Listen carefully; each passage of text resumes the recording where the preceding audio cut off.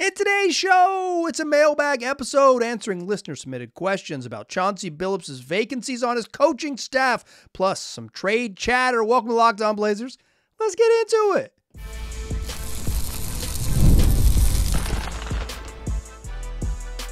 You are Locked On Trailblazers, your daily Portland Trailblazers podcast, part of the Locked On Podcast Network. Your team every day. What's up, world? It's past first point guard and Trailblazers reporter Mike Richmond. You're listening to another episode of Locked On Blazers, part of the Locked On Podcast Network, available wherever you get podcasts and also on YouTube. Thanks for making this show your first listen, coming at you each and every weekday, Monday through Friday. So make it a part of your daily routine. Make your first listen. Tell your friends to do the same. It's Locked On Blazers, your team every day. In today's episode, a mailbag episode. A mailbag. Answering listener-submitted questions all episode long. Let me take you inside the episode very briefly. Had to reschedule an interview, so today's show was supposed to be something else, and instead it was a mailbag. Typically, the best way to reach me for mailbag stuff, like always, is my email address, lockedonblazerspod@gmail.com. But today, I actually ended up soliciting questions on Twitter. I don't normally do that. I probably won't do that again in the future, but I guess if you want to have a fail-safe to get in the show, you can follow me on Twitter at MikeGRich. Let's get into the show. LockedOnBlazersPod@gmail.com is where you LockedOnBlazersPod@gmail.com. The name of this email, pod@gmail.com. Name of this email. The name of this show, LockedOnBlazersPod@gmail.com is the way to reach me via email. This first question comes from Evan M, at Evan M PDX on Twitter, who asks, are the Blazers ever going to backfill their assistant coaching vacancies, or is Chauncey going at it solo next season? There was a time, this was a while ago, maybe like 2011, 2010, when the Kings were like still in danger of maybe moving to Seattle or Vegas and like the relocation stuff in Sacramento, where the Sacramento Kings only had only traveled 5 assistant coaches like total, which is incredibly small staff. I don't think the Blazers are going to do that. They're going to hire some folks, and it seems like they're going to hire Nate Bjorkgren. Danny Morang of 1080 The Fan and Jack Ramsey's reported that Nate Bjorkgren, who's worked under Nick Nurse in Toronto and then was very briefly, albeit got fired after one season in a not so rosy exit from the Indiana Pacers, was the head coach of the Pacers. But someone with NBA coaching experience, has been, around the Blazers during draft workouts, has been in the facility, and is a strong candidate to join Chauncey Billups' staff. I could say from someone, a source of mine outside of the organization said that they believe that Nate Bjorkgren has been hired, and they just haven't announced it yet. So, meringue first, as they used to say on the internet. But I think Nate Bjorkgren is very likely. Then they still have 2 other coaching vacancies. They lost 3 coaches this summer. They're going to hire all of them, is the reporting from Sean Highkin of Rose Garden Reports. And it would be weird if they didn't. I would make fun of them here on this podcast if they went with the light King-style coaching staff. But Bjorkgren seems likely to take the lead assistant just because it's Scott Brooks left, who was the lead assistant. Steve Hetzel left, who was a front-of-the-bench assistant. And then Rodney Billups was not renewed, who was behind-the-bench assistant. So my guess here, and this is just a guess, I'm not reporting anything, is that the name Nate Bjorkgren, is most likely to be the lead assistant type, and then names you don't know who are like assistant coaches around the league that like just general people that only the truly deeply invested in the league and type of things people know of, and will, like, the names we don't know will fill the other positions. So I would guess that Bjorkgren is there in the lead assistants. Like I said, I've heard that he's on the coaching staff. It just hasn't been announced yet, and we'll see what they do. They're going to hire them eventually. It would make sense. They don't need to do it before the draft necessarily, although, I mean, the draft is you were listening to Monday, a June 17th show. The draft is in just over a week. They don't have to do it, but it would be weird if they didn't have a full coaching staff by the time Summer League kicked off in that second week of July, the end of the first week of July. So soon. I think they're waiting. They're going to see what happens with the Lakers coaching staff. Blazers' job just isn't very appealing. I think that's one of the things is like, so Chauncey Billups is in a lame duck coaching season, which is pretty rare in the league. It doesn't really happen very often where a guy goes into the final season of his contract. Either coaches get fired or they get renewed. Billups is not in a position to ask for more money and more years. He's not in a position to get a contract renewal. And the Blazers, they've made every indication that he's their guy for this season. So it's just not that appealing of a job because of the strange situation. So I don't think there's folks jumping at it necessarily with a sort of lack of stability. I don't even think the quality of the team is as big of a deal. It's just like the lack of stability within on the staff itself. So, maybe once the Lakers make their hires and however that might shake out and coaches moving from, and once that sort of domino starts pushing other coaching staff shakeups, the Blazers will make their move. But yeah, when you have a bad job, people aren't going to rush out to go get it. And I think the Blazers are just typically they haven't moved. I would say typically they haven't moved super, super fast with these types of things. And I think broadly speaking, you would want them to, like if you fire coaches, to like move quickly and get new ones, because that means we've got a plan.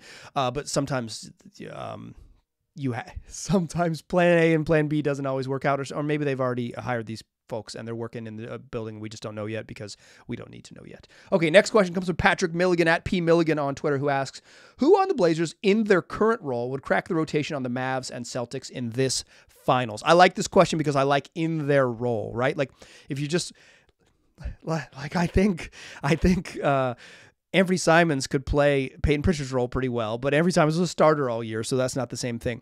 But I like this sort of hypothetical here. I think the obvious one is Malcolm Brogdon, right? Like backup point guard, he could play over Peyton Pritchard. He's better than Peyton Pritchard. He would be more useful in that role than Pritch. He'd probably play over Dante Exum, although they're not similar. And what Exum does and why Exum's roles, like minutes, were getting reduced and why they were going other directions, they were trying Jaden Hardy and trying Tim Hardaway Jr. a little bit, was because Exum can dribble towards the rim. Brogdon's not like a great rim pressure guy. He's more of a pull-up jump shooter than a rim pressure guy, but he's another guy who could dribble and get his own shot. He'd be very helpful for the Mavs. That was in games 1, 2, and 3. They were just missing another dude who could dribble. That was important.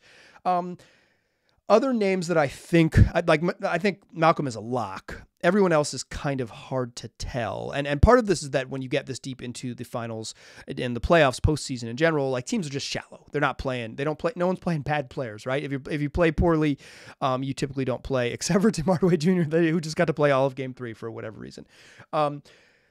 I think the fully actualized version of Shaedon Sharpe would play over Tim Hardaway Jr., but I don't know if like reality Shaedon Sharpe would play over him, like as a sort of a bench guard. He could have been much worse than THJ was in Game 3, but I'm not 100% sure he would play over him. I think he might. That's a conversation. The only starting spot that I think is potentially up for grabs would be Derek Jones Jr. Excuse me, Derek. I'm getting my former Blazer juniors confused. Derek Jones Jr. I think Jeremy Grant would start over him because he's better, but I'm not confused whether Jeremy Grant is better than Derek Jones. That's not what I'm debating here. I'm debating the ask. Derek Jones Jr. gets a lot of primary wing assignments, right? Wing defensive assignments, like, hey, go guard this guy. And that's not Jeremy Grant's strength, right? Like that's not where he's super helpful. In fact, like, while he can be okay at it, he's not a plus like one-on-one type of defender like that.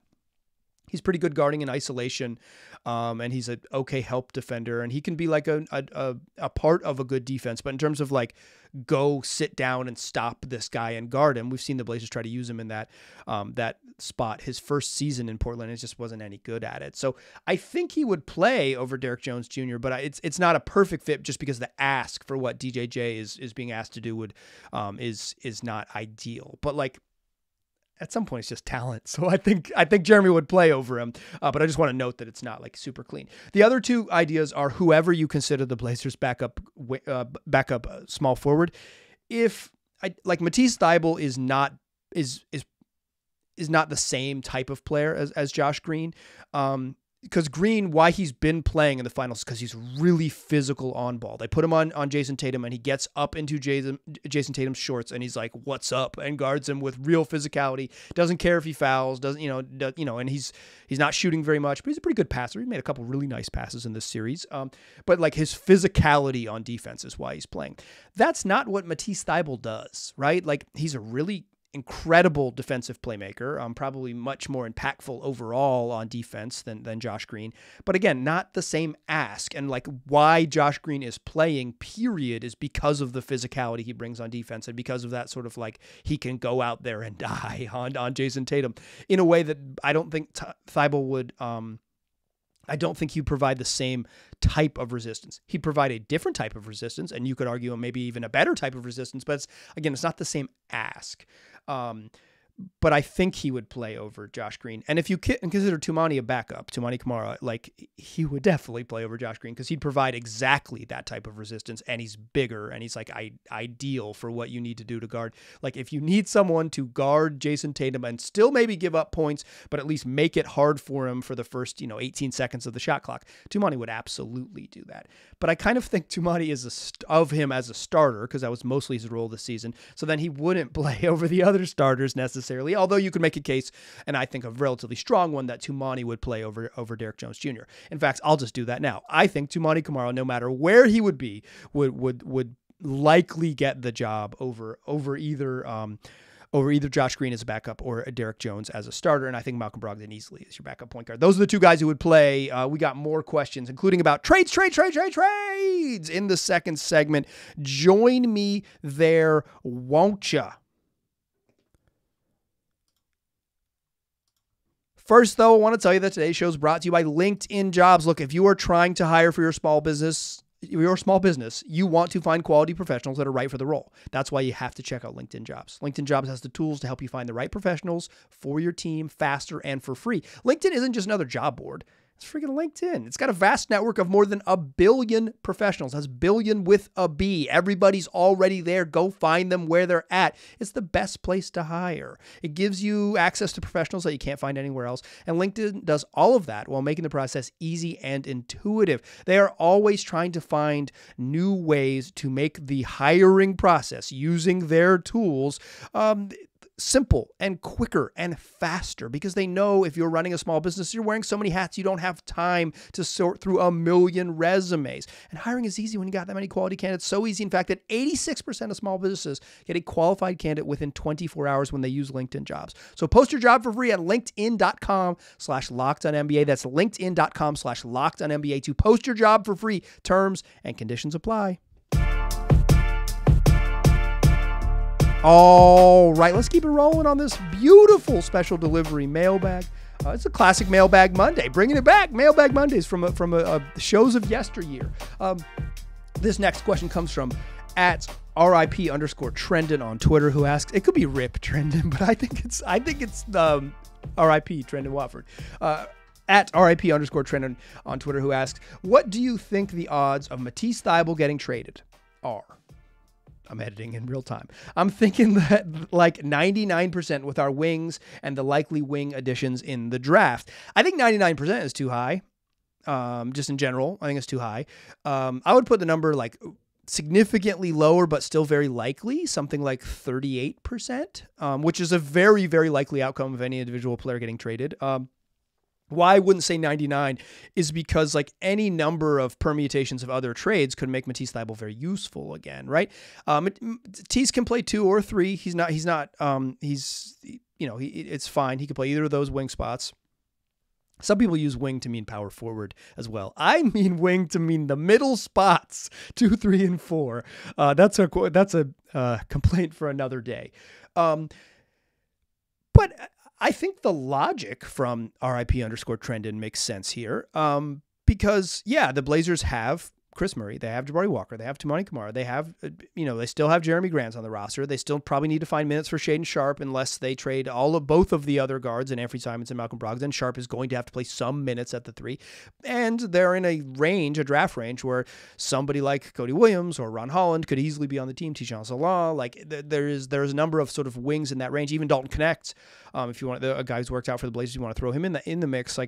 Matisse Thybulle, I guess you just want to name every wing in the draft real quick. Like, yeah, all of those guys would be another spot to eat up. So I totally understand the logic, right? I think the logic is very sound. Matisse Thybulle is likely to be traded because he's on a cheap contract that could be absorbed into the mid-level exception, trade exception that teams are going to have to access to in the new CBA. Plus, his money is only $11 million. Like, either teams can absorb him outright without sending back players, which might appeal to the Blazers if they want to cut some salary, or it's easy to make the money work because it's not this fat contract that's going to require trading a big money veteran. Like, he's on a pretty reasonable deal, and he's pretty effective defender. He's a weird defender. You need his specific skill set. He's not going to sit down and lock somebody up, but he is going to create havoc in the way that he creates havoc.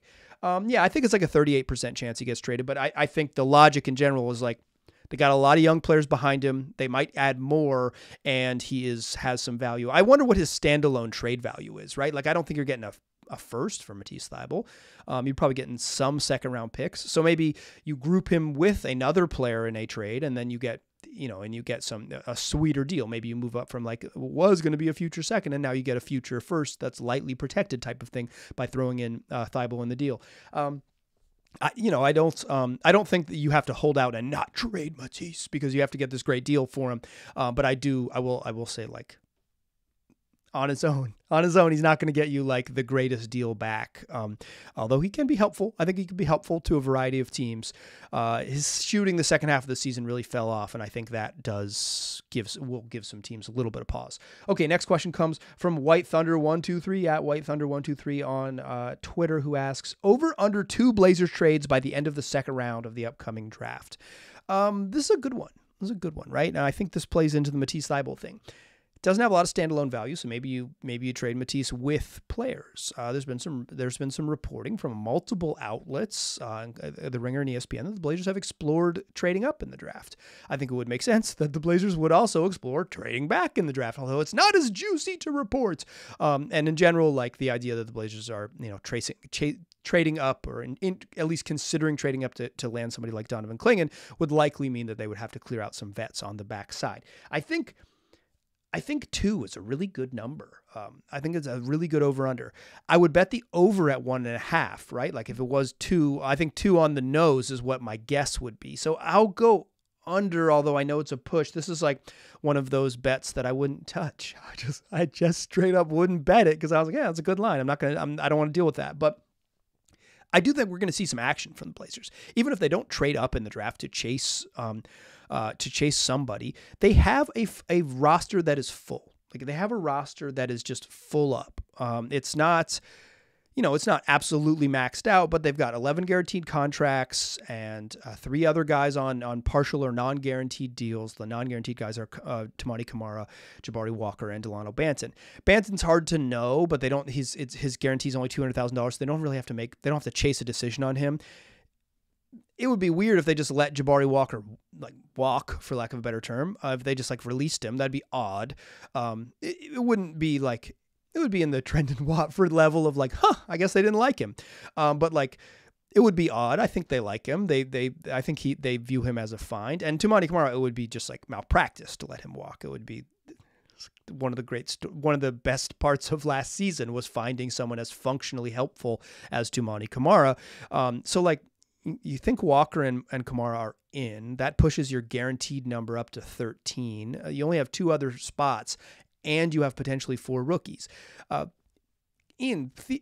Conceivably, neither of the second-round picks get NBA deals. Either they're draft and stash. You draft someone who's going to stay in Europe, or they're or they're two-way guys, right? And so they wouldn't take up NBA contracts. But even on its own, then the Blazers would have 2 rookies coming in to fill up the roster at 15. You waive Delano Banton, and then you run it back?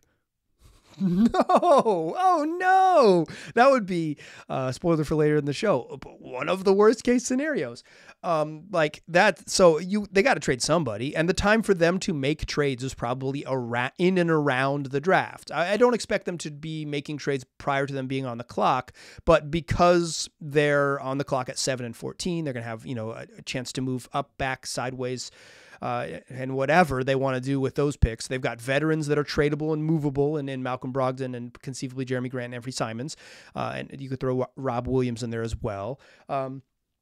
And then they have these second round picks that maybe teams that are really expensive want second rounders because of the second round pick exceptions that help really expensive teams in a way that they haven't in the past. And the Blazers make those trades as well. So I guess I was going to bet the under, and then I talked myself into it. I'm going over, baby. More than 2 trades. Although I think 2 is the right number. I think on draft night, there's 2 nights. It's night 1 is the first round. Afternoon 2, it's like a 1 p.m. start on the West Coast to the second round of the draft. Why? But afternoon 2, you'll get some, I think 2 trades. I'm going to guess over 2, but I think 2 is a really good number. Okay. A couple more questions, including one about a Blazer player hitting their 99th percentile. That's what we'll do to close the show in this beautiful Mailbag Monday. Join me in that third segment, won't you? First, though, I want to tell you that today's show is brought to you by Prize Picks. It is America's number 1 fantasy sports app with over 5 million members. It's the most fun and exciting way to get on the action while you watch your favorite sports and players. You just pick more or less on 2 or more player stats for a shot to win up to 100 times your money. That's turning $10 into $1,000 in a single game watching your favorite sports this summer. You can make Prize Picks line up in as little as 60 seconds. It's not just 2 players. It's an entry between 2 or 6 player stat projections. You make that in about 60 seconds, and then you're locked in. The NBA Finals have 3 games left in them at the most. I'll take less on that if Prize Picks is going to put that one up there. I'll go less on number of games in the NBA Finals. I don't think this one's going 7. But once the NBA Finals action, basketball doesn't stop. Hoops action is here, and Prize Picks got you covered for the WNBA all summer long. So if you want to get in on the action with young stars like Caitlin Clark or Angel Reese, or you're looking to just cash in on the greats, Breanna Stewart, DT, Aja Wilson. You can win up to 100 times your money watching them ball out all June and July as well. So download the app.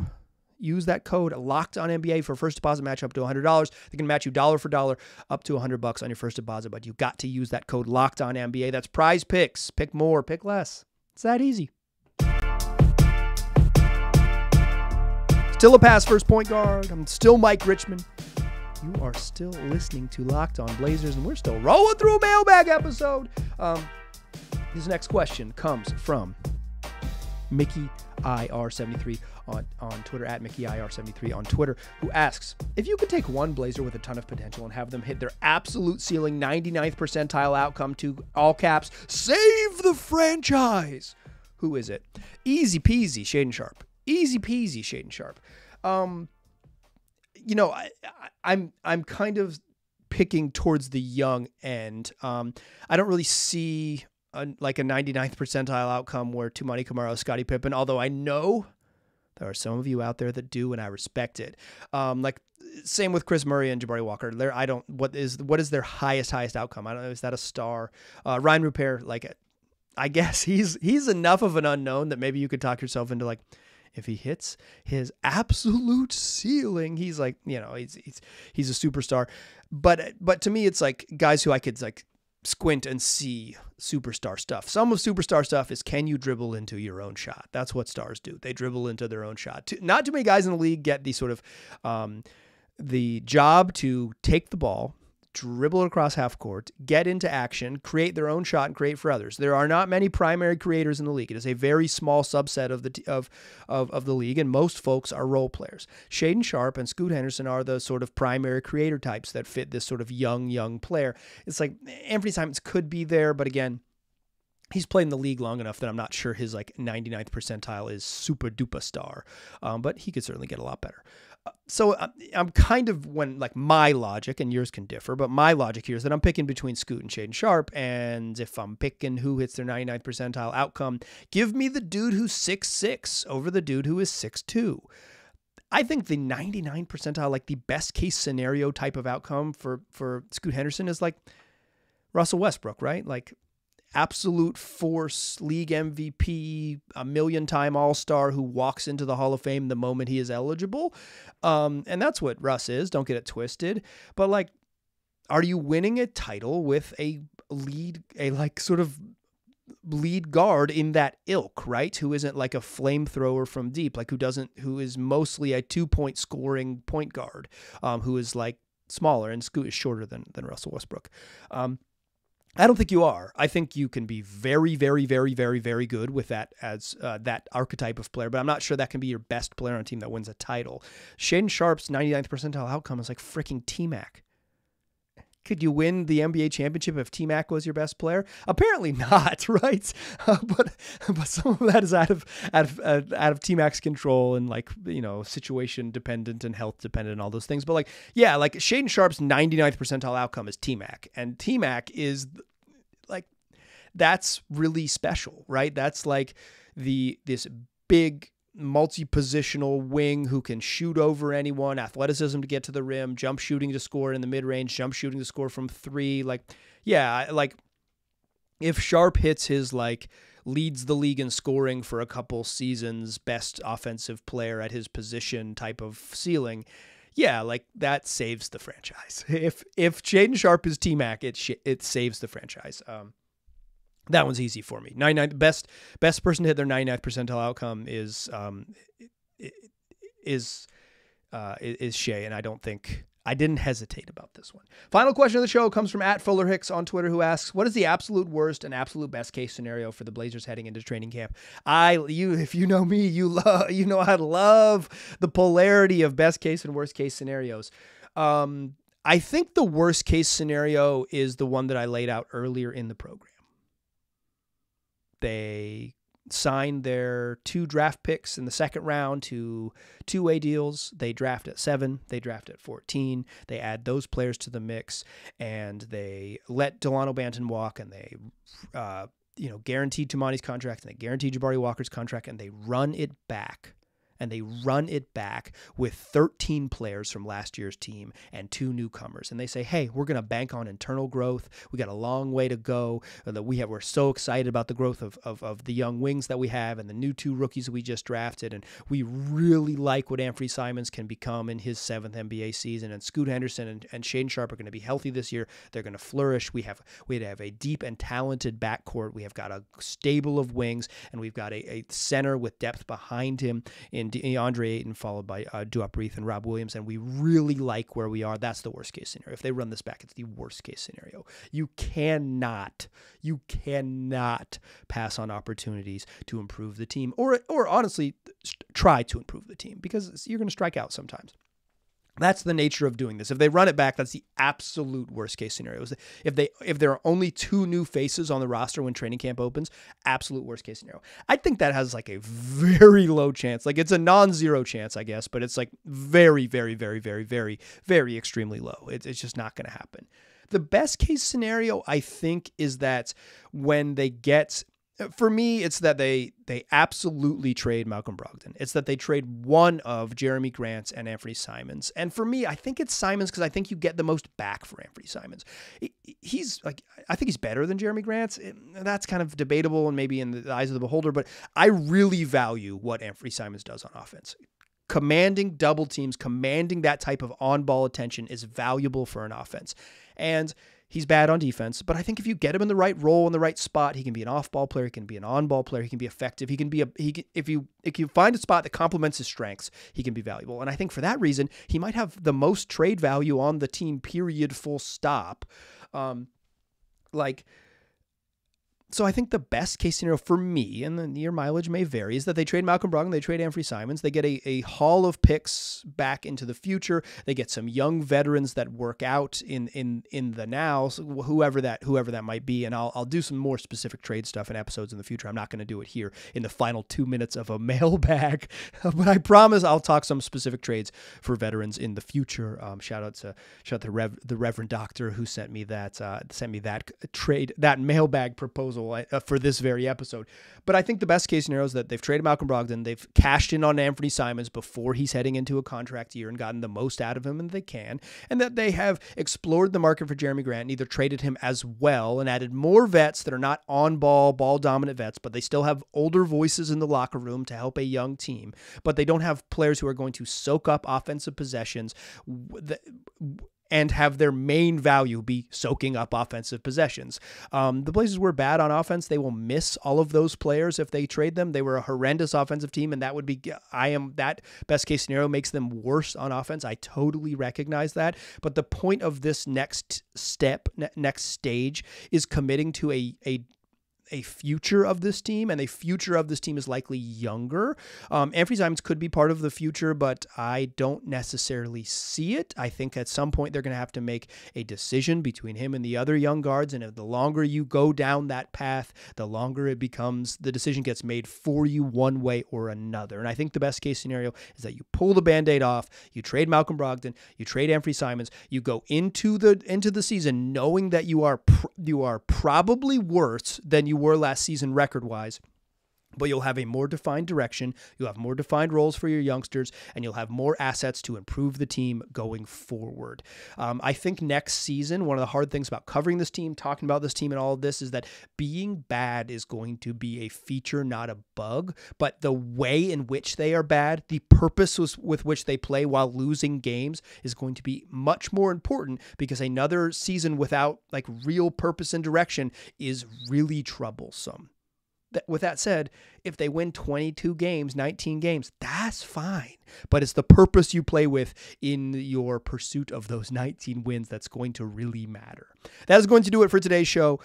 We do this 5 days a week wherever you get podcasts and also on YouTube. Come back for tomorrow's show. I appreciate you listening. I'll talk to you soon.